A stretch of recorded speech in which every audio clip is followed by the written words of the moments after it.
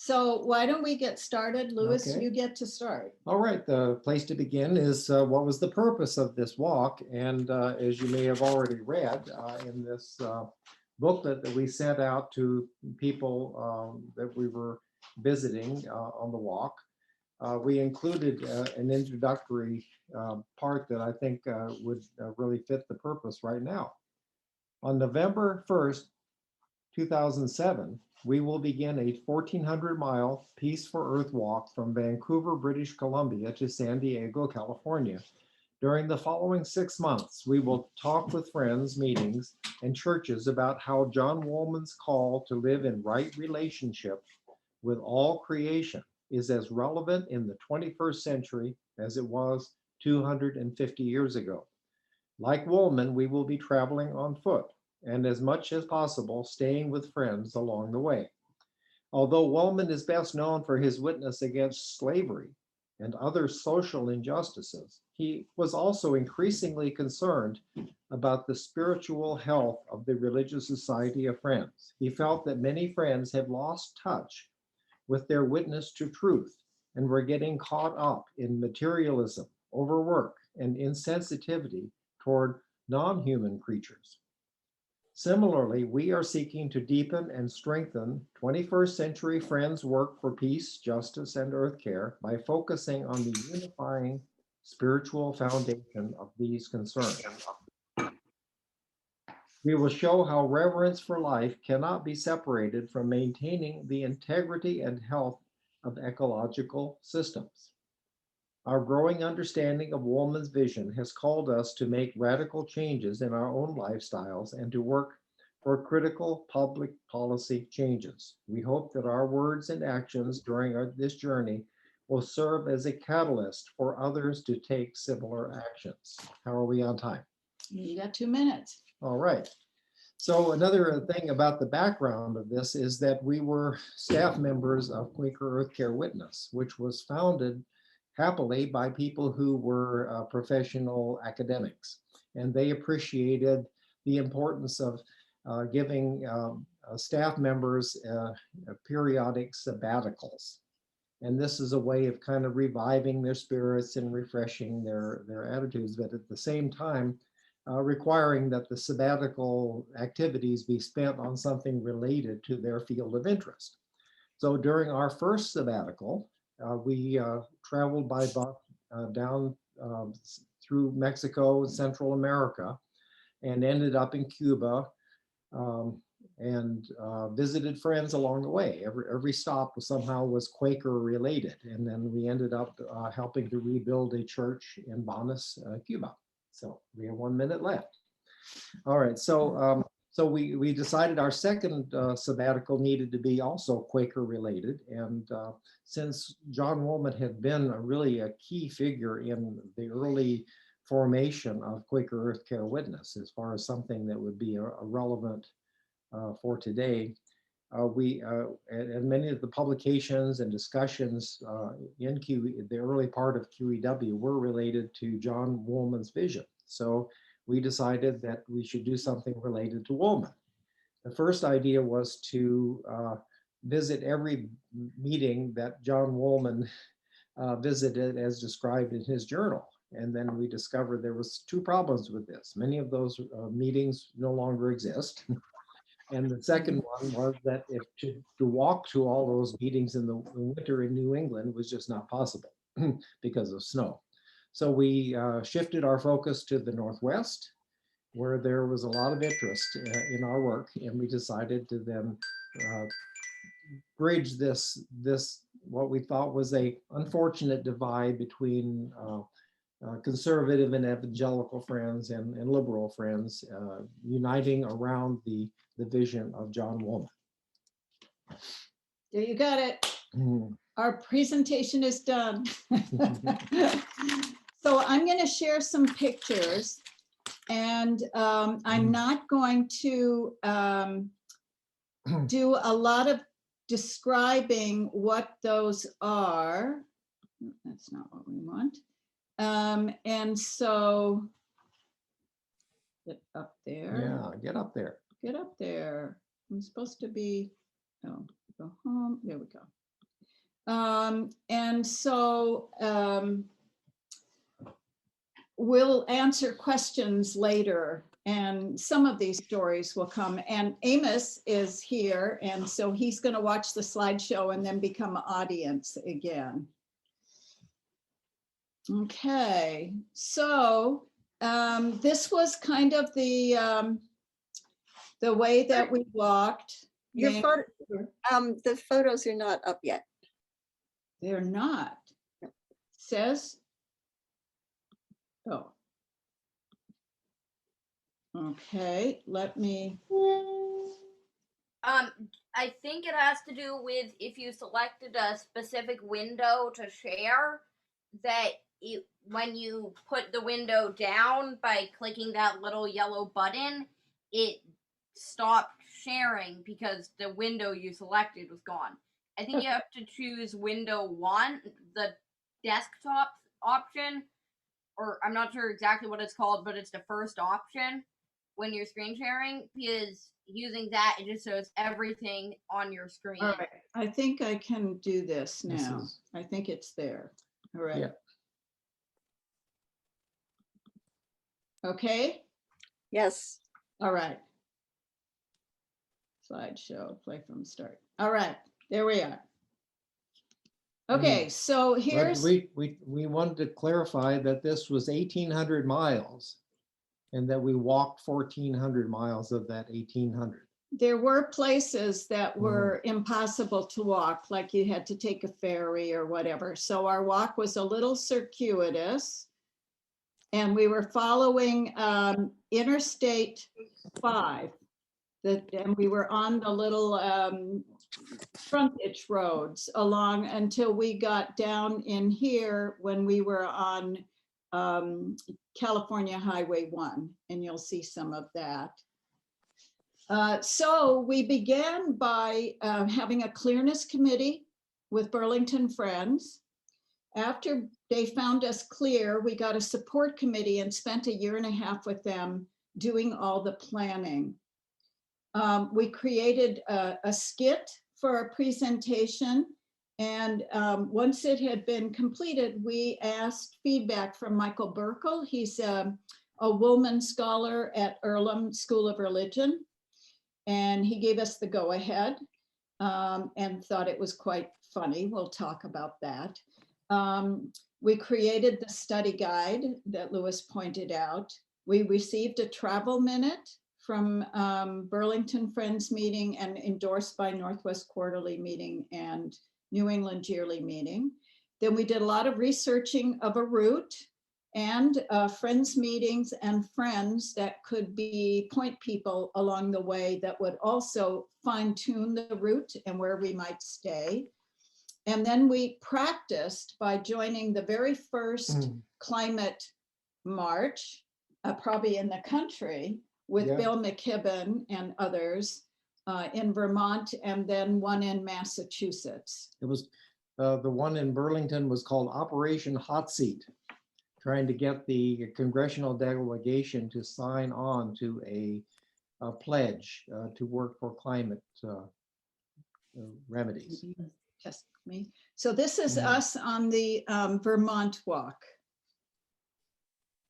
And we had a card that we handed out to people along the way, hoping that folks would kind of look to our blog that we did. People asked us to make t-shirts. So there we are, happily in our t-shirts. This is us saying goodbye to Burlington Friends and getting on the bus to go up to Montreal. And we took a train across to Vancouver, and we gave a couple of presentations along the way at Quaker meetings. This is Lewis as John Woolman, and aren't you gonna do Okay. your little, Yep. and he's Very talking to Sadie Hinshaw, who is a Quaker, who is a slaveholder. Yes, there we are. Mhm. Aren't we lovely? Yep. Can you see us? Yeah, this is an actual Amish hat, but we know the Amish settled in Pennsylvania under the protection of the Quakers, who are already dressed that way. So Hmm. here is Sadie saying, oh, no, I can't listen to this. And then here I am, Joan Woolwoman. And I'm talking to David Hinshaw, and we're at a yearly meeting, and I am sharing the same message, but in 21st century ideas. This is leaving Vancouver, and people walked with us along the way there. We had a wonderful few days of walking with them to get to the border. This is what the weather was like. We left in November, and this in Washington and Oregon, we walked in the rain a lot. And we had wet shoes. We did everything we could to try to keep our feet dry, and it was almost impossible wearing plastic bags inside our shoes, and we got soaking wet. Here we are. In California. This is with, we met so many wonderful people along the way, and just enjoyed them. We were in people's homes. There we are entering Oregon. This was really interesting. The Interstate 5 has a bicycle path and pedestrian path right down the middle of the interstate going from Washington to Oregon. But it was so noisy with all the traffic, Oh. we could not hear each other talk. Yeah. Hmm. This is kind of what we looked like when it wasn't raining. There were horses along the way here and there, cows, goats, llamas that were all very interested in us. You can see that there are a couple of horses over here. They all come over to see, who are these crazy people? This is just places where we stopped and stayed. We sat around so many kitchen tables talking to very interesting people, having a wonderful time. This is a 900-mile mark near San Jose. It says 900 right there. Yeah, you can't really read it where they Yeah. can't do it. What Lewis is holding says 900. And then we had an article in the Charlotte News that we had hit 1,000 miles, and we were actually holding up, he held up a 1, and I held up 2, he held up a 1 and a 0, and I held up 2 zeros to show it being 1,000 miles. Lots of potlucks, hanging out with people, music. We had to rest every once in a while. It wasn't like all day long. We walked anywhere from 12 to 21 miles each day. We stayed with this woman with her 5 large, curious basset hounds in a very tiny house. This is at the Chico Friends meeting. This was, I think, just before we kind of headed to the Highway 1. These were French students we met along the way. The Salinas River pours into the ocean, and the currents are very strong both ways, but somebody thought it would be really fun if we gave most of our stuff to somebody to drive it to the other end, and that we should cross the river. And we did, and it was scary. It doesn't look it, but it was really scary. Like, oh my God, I'm gonna get washed out to the ocean. Then we were on Highway 1, and it was so beautiful. And we camped, and this was our tent there. Sea lions sleeping in the sun. We participated in a vigil at the Vandenberg Air Force Base, and we made it to San Diego. All right, so we're going to share some stories from along that trip. And Lewis. All right, so Ruah has already shown some pictures of us presenting our skit. And I think the whole idea, though, of a skit, though, signifies a departure from, the common practice of having a dull lecture or sermon, that you give to a group of people, who are watching their watches and that kind of thing. And so we wanted to engage people in some way through some kind of dramatic dialogue, and this evolved very slowly to it. Just we had some ideas, and then we kind of built on them and built on them until it began to take the form of a skit or a script that we could actually write down and then memorize and follow and really engage people. The idea was that it was going to be something then that would get away from the what we described earlier as kind of a divide between conservative and evangelical and liberal friends, because we just wanted to bring to life the real stories that had not really nothing to do with the ideology or theology. And we had John Woolman's journal to guide us, basically. But if you've ever read John Woolman's journal, you know that he wrote it in kind of a very dry style. That it was very abstract, and so you didn't really get a general, very, very specific idea of what it was like for him to sit down with these Quaker slave holders and really engage them in conversation. He would just kind of do it in a backhanded way in his journal. So we had to use our imaginations to decide pretty much what that was like. Maybe it was dry and abstract when he talked to them. But we knew that we had to put some flesh on the bones of this powerful message for which he has been famous for hundreds of years. And we also know that in sitting down with people who have very different worldviews or different politics from ours, that we have to find some way of having some common ground and some way of sharing our common humanity. And of course, one of the common elements is that we were all members of the Religious Society of Friends, and we have a history and a tradition, and therefore we can draw on that and try to find elements within that tradition that we can all identify with, and maybe even hold up as a standard to compare our present day behavior and say, are we really living up to our values as friends?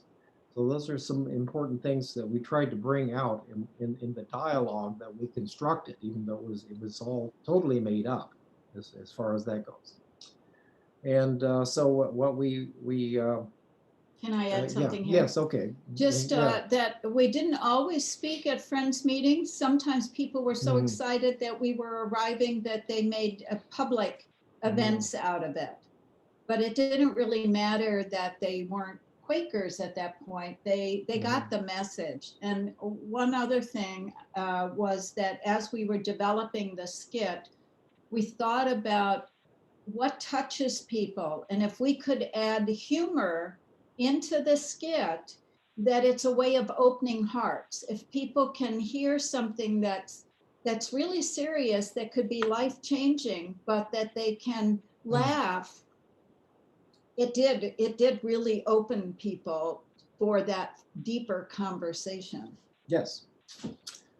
When we started developing this skit, it was sort of self-evident that the male role, John Woolman would go to me, and that Ruah would play the wife of the slave-holding family that he happens to find at home, and that this worked out pretty well as far as following John Woolman's journal. But then we thought, well, then how do we then flip things over into the 21st century? And then just suddenly the inspiration dawned on us here that we would switch roles, and that Ruah then would become the leading figure in this skit, and playing a Woolman-like role, but as Joan Wool Woman.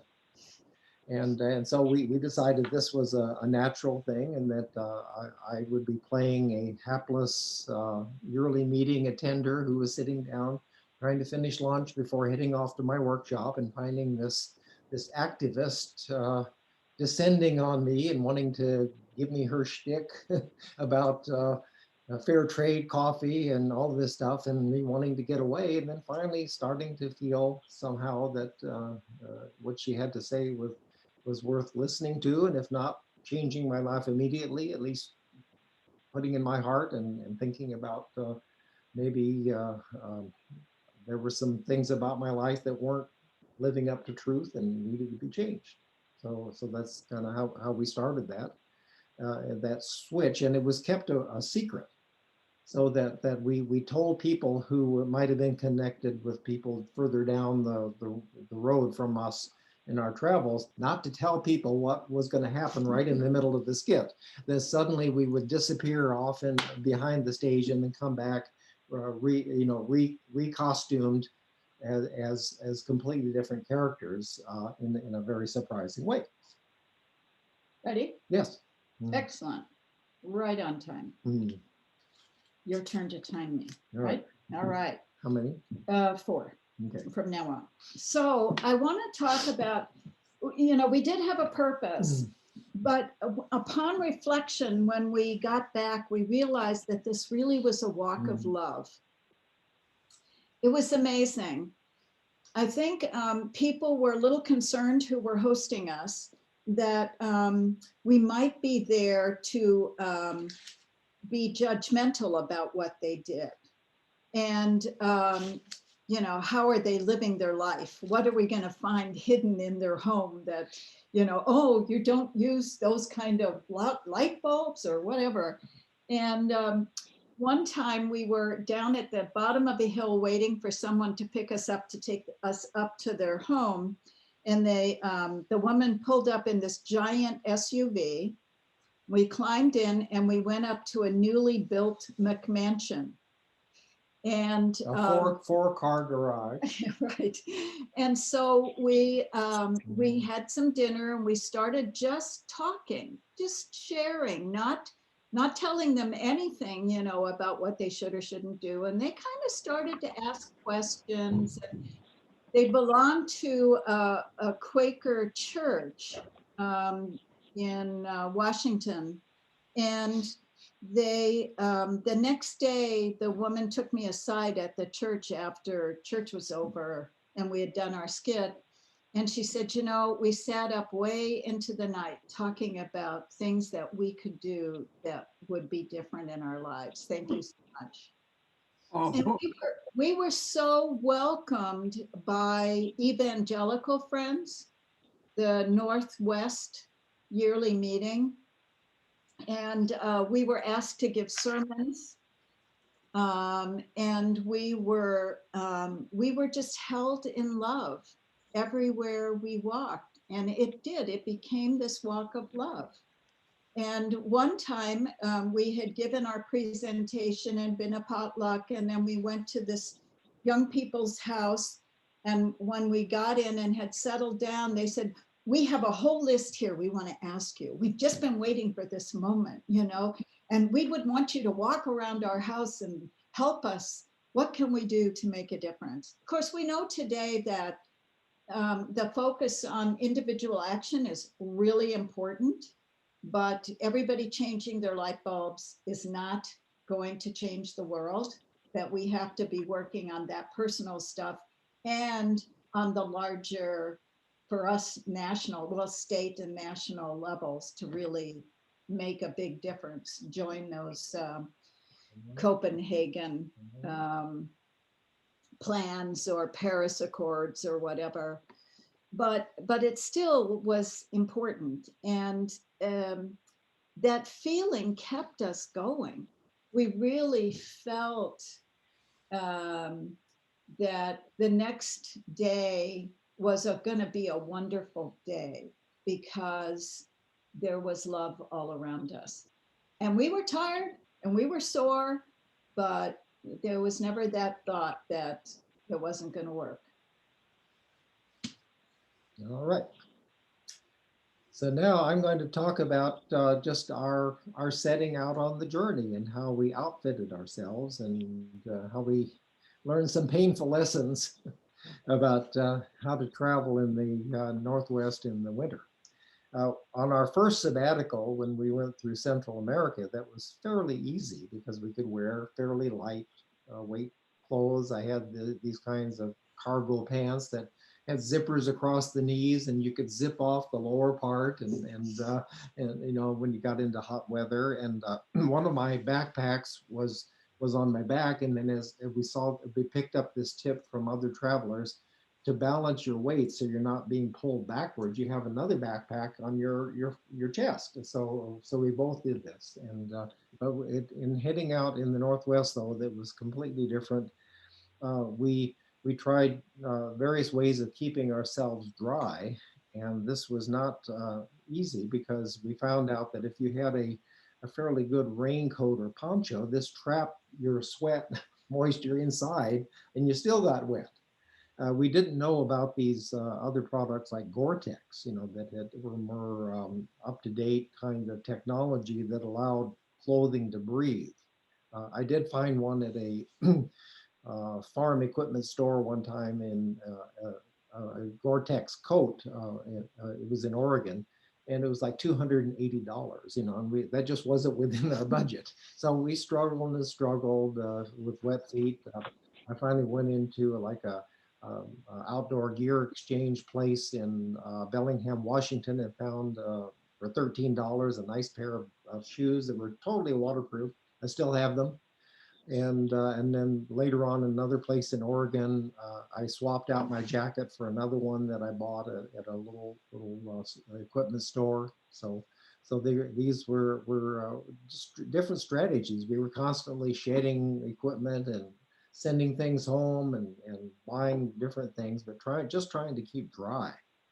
And then you may have seen in the pictures that as a way of taking a lot of the weight off of our backs and our hips, I had converted a golf cart into a little stroller type thing that would hold a Kelty backpack type frame on the front. And this would allow me to carry a lot of stuff on the in that pack, and then a relatively lightweight pack on my back.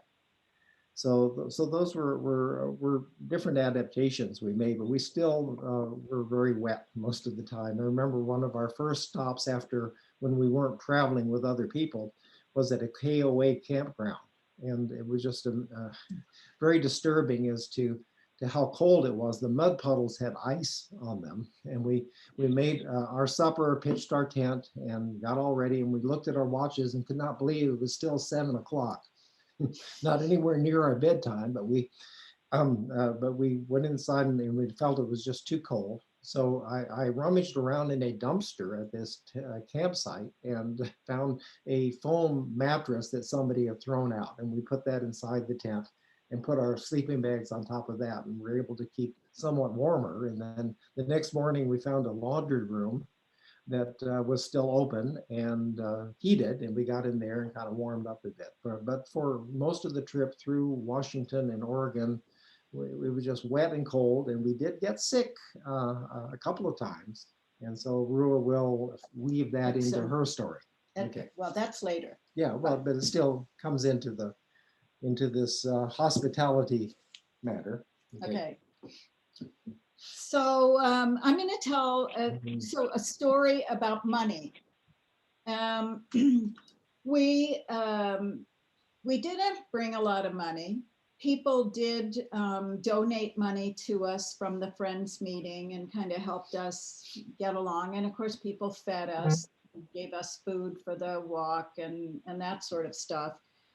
But one day we were on the Highway 1, and we had made arrangements with somebody through somebody else, and it wasn't a Quaker, that we could stay with her, but she worked on Highway 1 in the Big Sur area, and she picked us up in the evening there, and she wanted to show us off to people. So we went to this restaurant and met people, and this man asked, well, what how do you make your money? And I said, well, people donate money. So he took out his wallet and he gave us $20. And we said, thank you very much, you know. And the next day we were out walking and we met a rusty, crusty old guy who was bicycling to Alaska. He was pulling a trailer on his Yes. bike. And, but he was walking at that point because he was going uphill. And so we stopped and we talked to him for a little bit. And I said, well, you know what? Somebody gave us $20 last night. This really must be for you.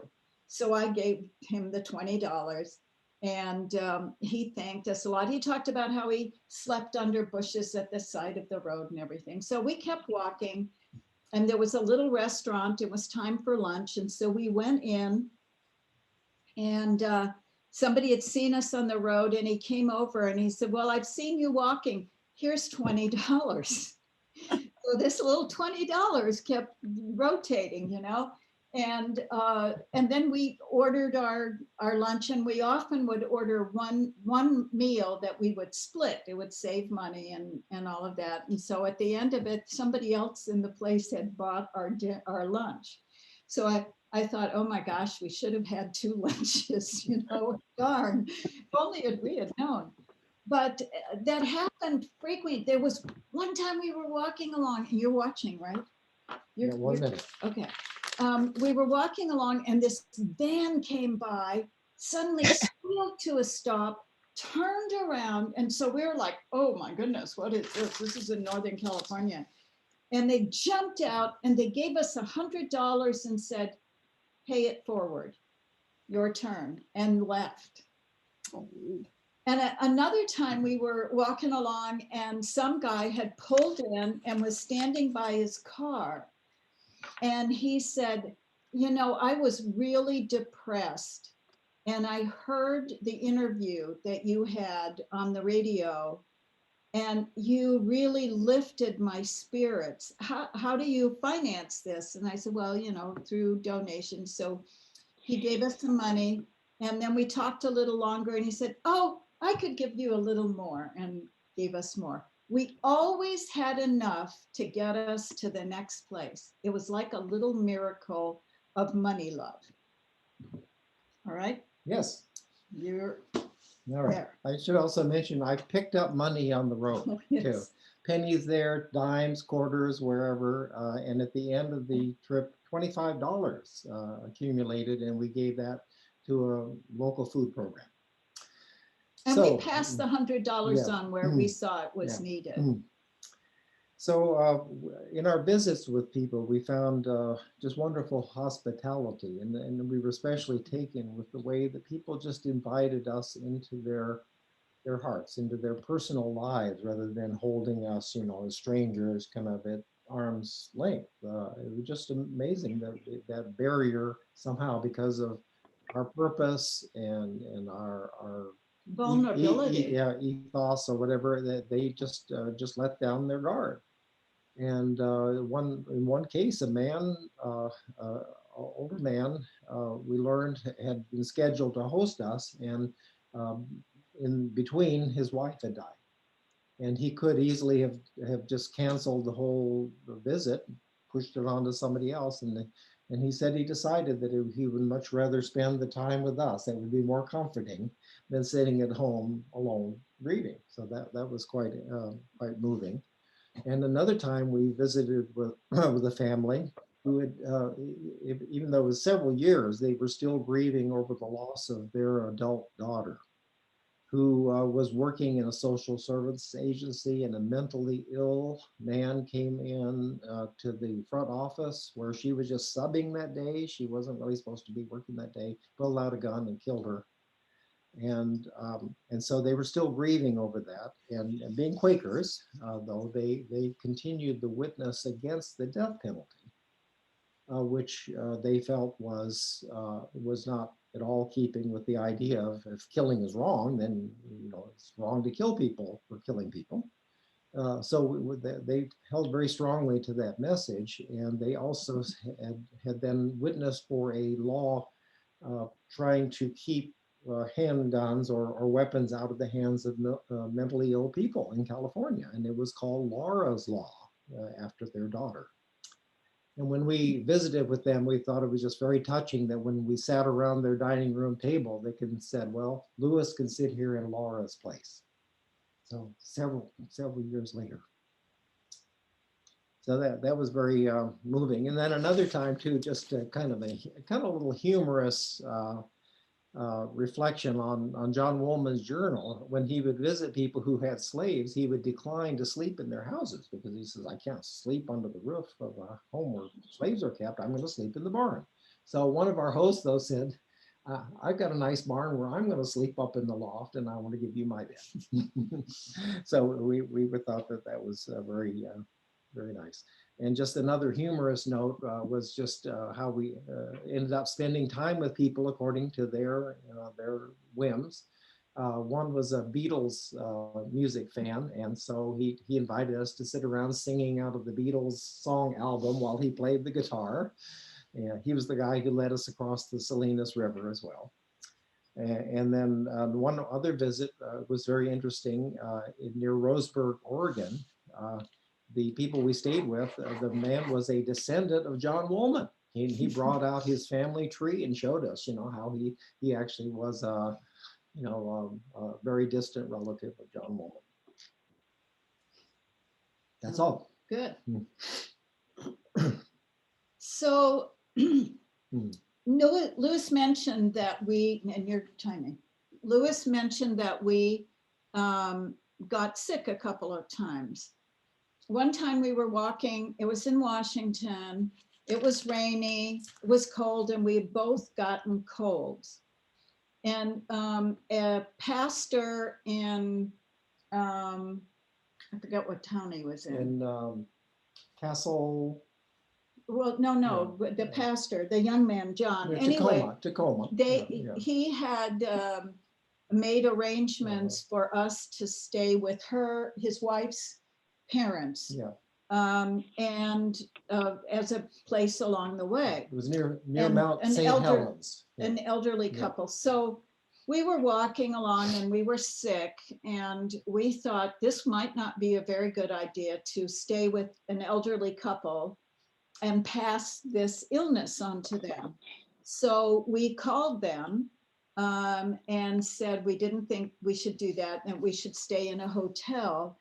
And we were told, oh, no, you just stay right there. We are going to come and pick you up.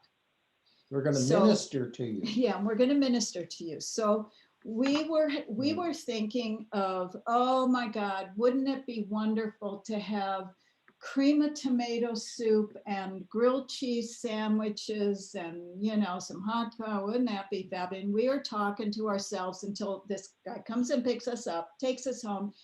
And there was cream of tomato soup and grilled cheese sandwiches waiting for us. So we had lunch and they sent us up to just go and rest and sleep a while. And then we came down and we played dominoes. What's it called? Something train dominoes. Mexican train dominoes with them, and just shared. And it felt so, oh gosh, so loving, to be cared for by them. And then that we didn't get well yet, and we ended up going farther. We were in a hotel, and some people picked us up and took them to their house, and we spent Christmas with them for a couple of days and finally recovered from our colds. But I can't get over the love and care and serendipity that occurred so often. So, well, I just wanted to add one other note that I think helps to put this in perspective, this loving care, is that there were some places we visited though where we were a little surprised that we weren't given a warmer welcome. In other words, basically we looked like homeless people. And so in places like San Francisco, we were just treated like trash. Not by our hosts. No, but by the general public. And then another time though, when we were nearing the end of our journey, coming into San Diego. And we thought, well, there should be a ticker tape parade and a ribbon cutting, and the whole population would be turn out to visit us, and nothing, you know. We got very, and so we finally ended up at a Quaker meeting house where they were supposed to, you know, we were given one of our presentations, but half the people who said they were going to come didn't show up, and some of them left early, and you know, it was very, very disconcerting. So the reception varied quite a bit according to the geography. So those are just some stories, just to give you a flavor, but we'd love to answer questions or hear comments from anybody.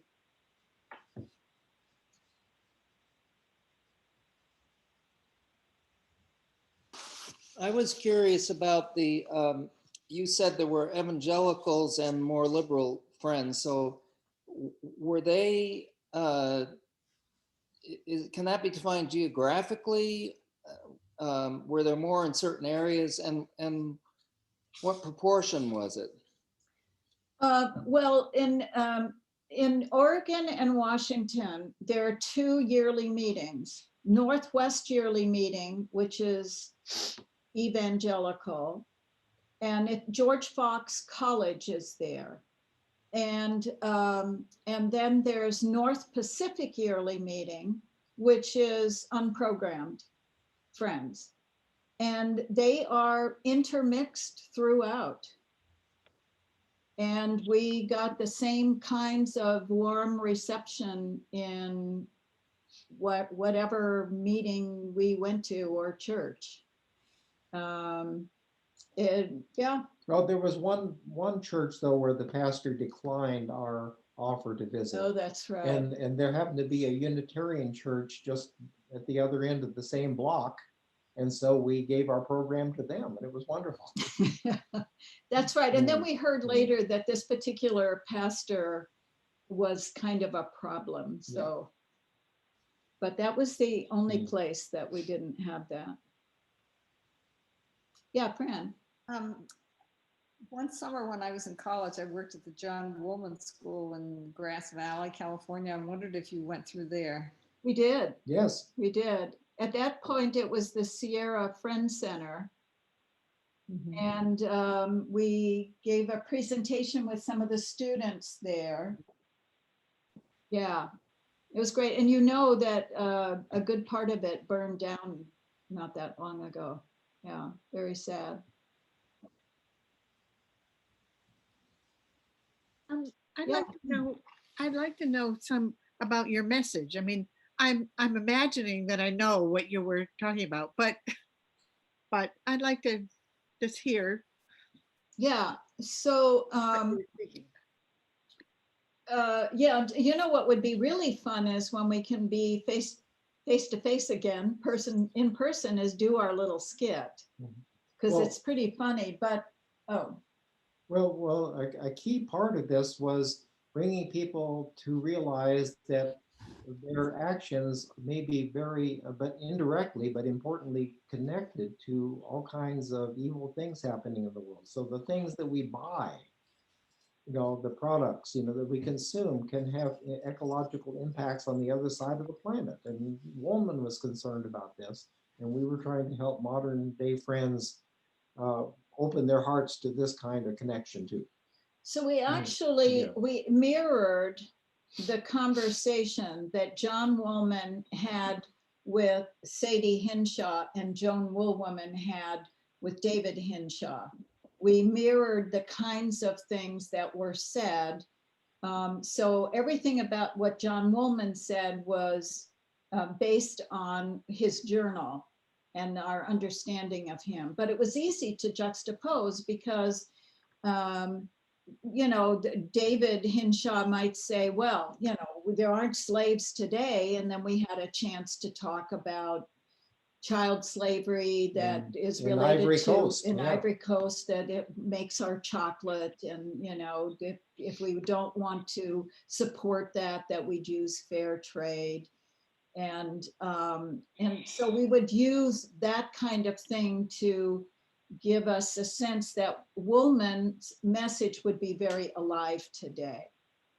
And the humor that we put in is we had little asides to the audience. So when John Woolman knocks on Sadie Hinshaw's door and she's got a little bell and she wants her slave, you know, and the house slave to go answer the door, and you know, nobody there. So she goes and answers the door and he introduces himself and she turns to the audience and says, oh, I've heard of this John Woolman. I don't know if I want to hear what he has to say. You know, so little things like that. And he would, you know, turn to people and say things. And so we did the same with David and Joan. So I don't know that that really answers it, but that's. I think we can get it, but it would be great to yes, when we can all get together again to have the skit. Yeah, it would That'd be fun. terrific. That'd be great. We did it about 1.5 years ago for Bennington Friends.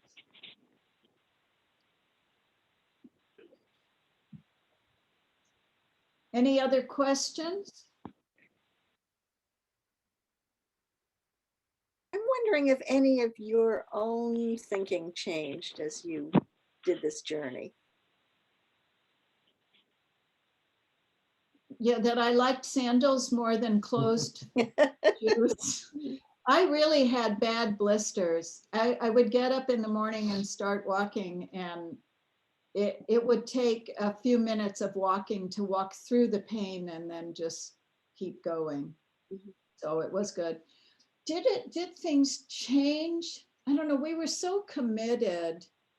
I think it really confirmed not being judgmental, that we're all kind of on this continuum, that we're all seekers, that we trust that we're all friends who want to do the right thing. And I think that made a big difference then, and it's made a big difference since then. So I could also add that we tend to think of ourselves as kind of lone dissenters here in Vermont. And we encountered a lot of people who were doing some very inspired stuff. And so this was encouraging just to come across these people and you know, people who were very active in anti-war activities or ecological preservation. It just was quite remarkable. And some of them very quirky people, you know, too. We figured, okay, it's all right to be quirky, you know. Yeah, well, we're kind of maybe quirky. that just kind of goes along with the territory, you know. And we hardly met anybody who was just kind of a plain ordinary person who was just happened to be witnessing for Care for the Earth. It seemed like almost everybody was very idiosyncratic in their lifestyles and habits. So I see John and then yeah. Annie. So I wonder what time, what dates this was. And also my real question is, were there ever times when you felt afraid? The dates were early November until April. It Of was 2020 or 2021? Oh, it was 2007 and 8. And we weren't afraid of people. Somehow, I think we were just two vulnerable people walking along with this big Earth flag and Peace for Earth. We were afraid of traffic.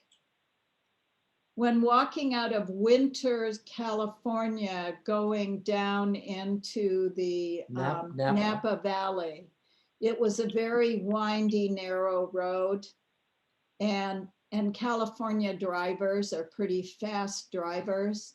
So you're supposed to walk against the traffic, but sometimes we try to be someplace where they could see us, or sometimes Lewis would be walking with the traffic and I'd be walking against the traffic with the big Earth flag, so that going around a corner, people would see that something was there. And we know a large portion of the driving public are on their cell phones. Well, not in 2007, not Well, as there are much. lots of Yeah. them. Where we felt afraid of people who were not paying attention to where they were driving. Oh, and Yeah, Lewis was particularly afraid of rock slides when we Yeah. were walking along Highway 1. earthquakes and yeah. Well, but the rock slides, and of course, right where we were walking recently, there was a huge slide that moved. It all closed sorts of- Highway 1. It's still Yeah, closed. Still closed. Yeah, we walked right through there. Annie, But it, I have to go pretty quick, but I just wanted to let you know that I really am glad that I stopped in and listened to your story. There's I think it's a terrific thing that you did, and I want to hear more about it when I can.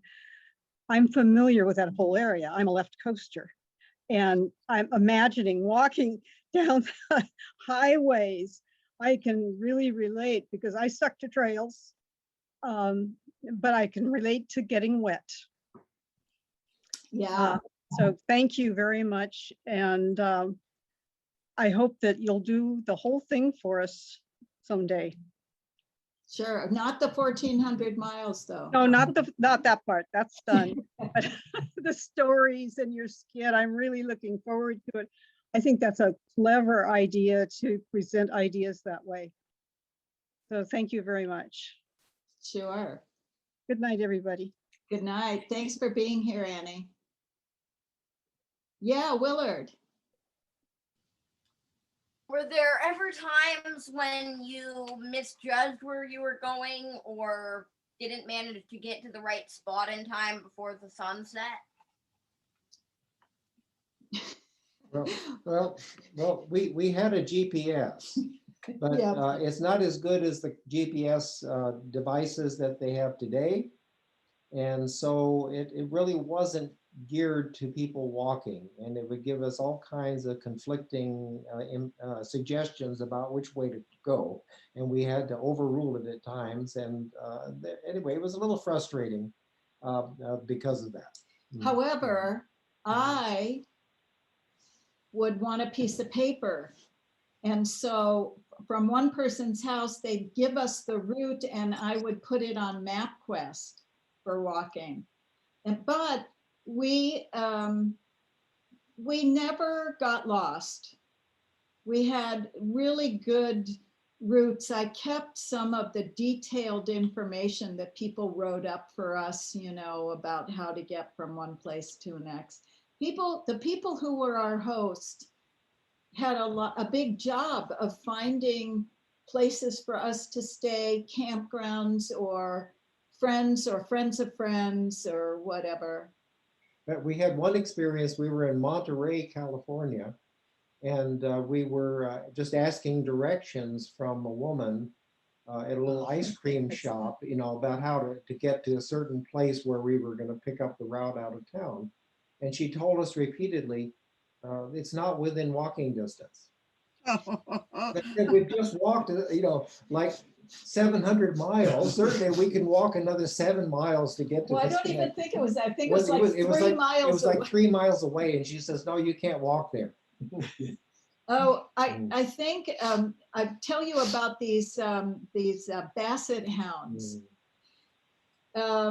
So we got into this person's house Very late at night. very late at night, and we were shown where we were going to stay, the bedroom, and I put down my backpack and opened it up, and this big basset hound came with curiosity, put her head down in my backpack and went like this, which meant all the saliva went all over everything. And of course, you're being hosted, right?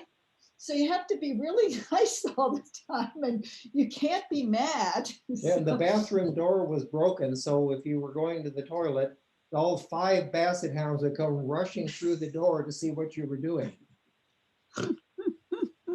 Oh, and they were prize dogs. Yeah. She had dog food bags that the pictures of certain of her dogs were on these dog food bags, commercial dog food bags. Anyway, it was a very tiny house. Oh, and she had little ramps everywhere for these big basset hounds to be able to where you sat down, that they could surely come and sit on your lap too. Yeah, Dick. You're muted. Did the Woolman story work all the way through? Yeah. Yep.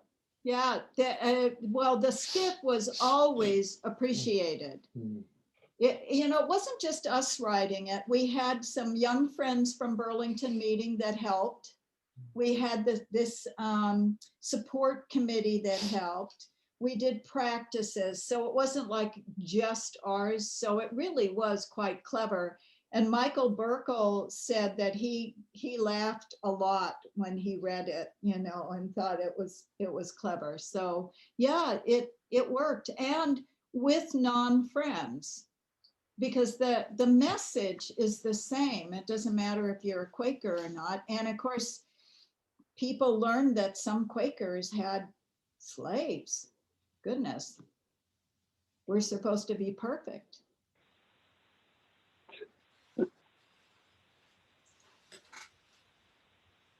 Oh, another thing that people asked is if we lost weight.